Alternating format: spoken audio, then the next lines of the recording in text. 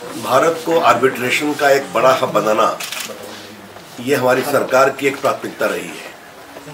To make India a good and vibrant hub of arbitration has been an area of priority of our government. 2015 में काफ़ी कानून में बदलाव भी किया गया था। इसके बावजूद ऐसा अनुभव हो रहा था कि कुछ और फोकस्ड एग्जामिनेशन जरूरी है। जो टोटल इकोसिस्टम है, जो प्रक्रियाएं हैं, प्रोसेसेस हैं, रूल्स हैं, इन सबों के बारे में और क्या क्या करना चाहिए।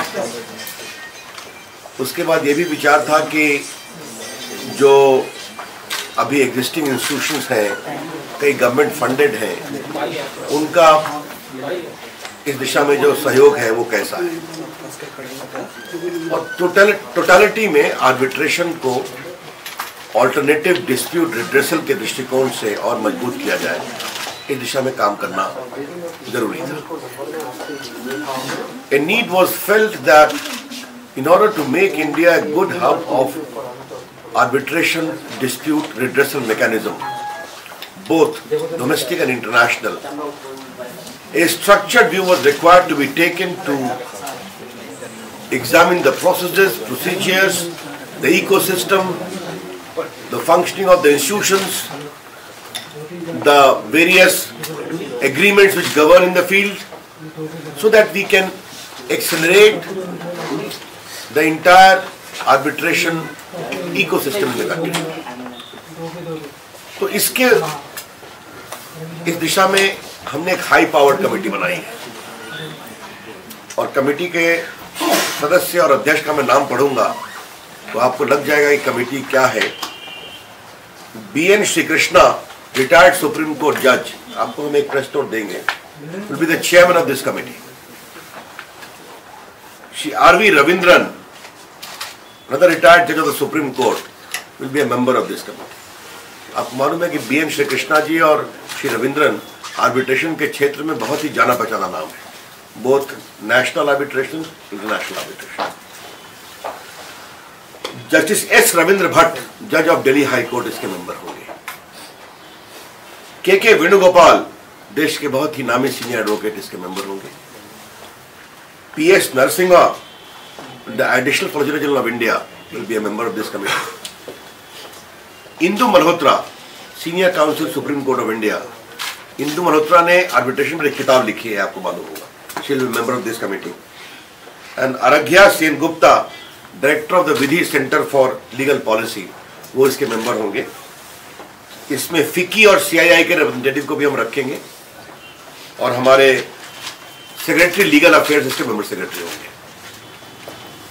90 दिन के अंदर हमने आग्रह किया है एक फोकस रिपोर्ट देने के लिए इनको, और जल्दी ही इसके बाद हम फॉलो अप एक्शन करेंगे।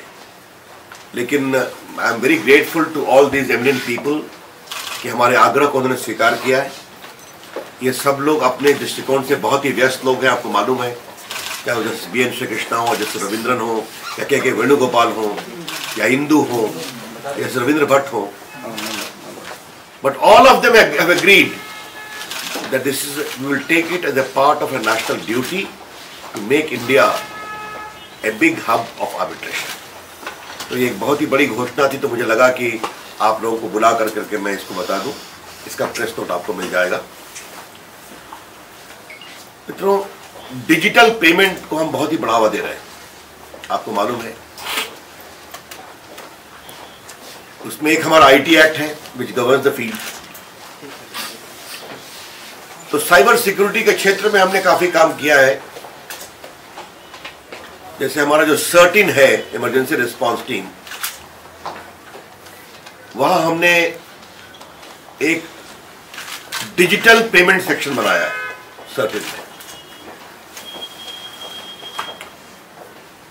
सारे बैंक से हमने रिक्वेस्ट किया है कि you will immediately report to CERT-IN any unusual movement in the banking digital transaction. और हमारे पास CERT-IN का एक साइबर सिक्योरिटी के ऑडिटर का अप्रूव पैनल है, हमने ये भी कहा आप सब जगह उसको पोस्ट करिए, और बाकी हम ड्रिल्स वगैरह भी कर रहे हैं। We are reinforcing all the cyber security walls. लेकिन दूसरी बात मुझे आपको बतानी है कि मैंने आईटी सेक्रेटरी को निर्देश दिया है कि if the IT act needs certain reinforcement to take care of the security needs of digital transaction. So this must be examined and report must come with follow-up action.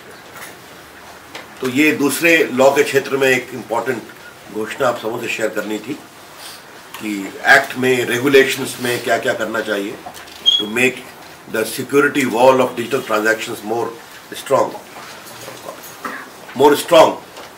तो ये मुझे आपको बताना था, और ये भी विदिन ए फोर्टनाइट हमने कहा है work it out. I have given instruction to her and she is on the job. तो लॉ के संबंध में एक मेरे लॉ मिनिस्टर के संबंध में, एक मेरे आईटी मिनिस्टर के संबंध में, ये दो घोषणाएं मैं आपके लिए करनी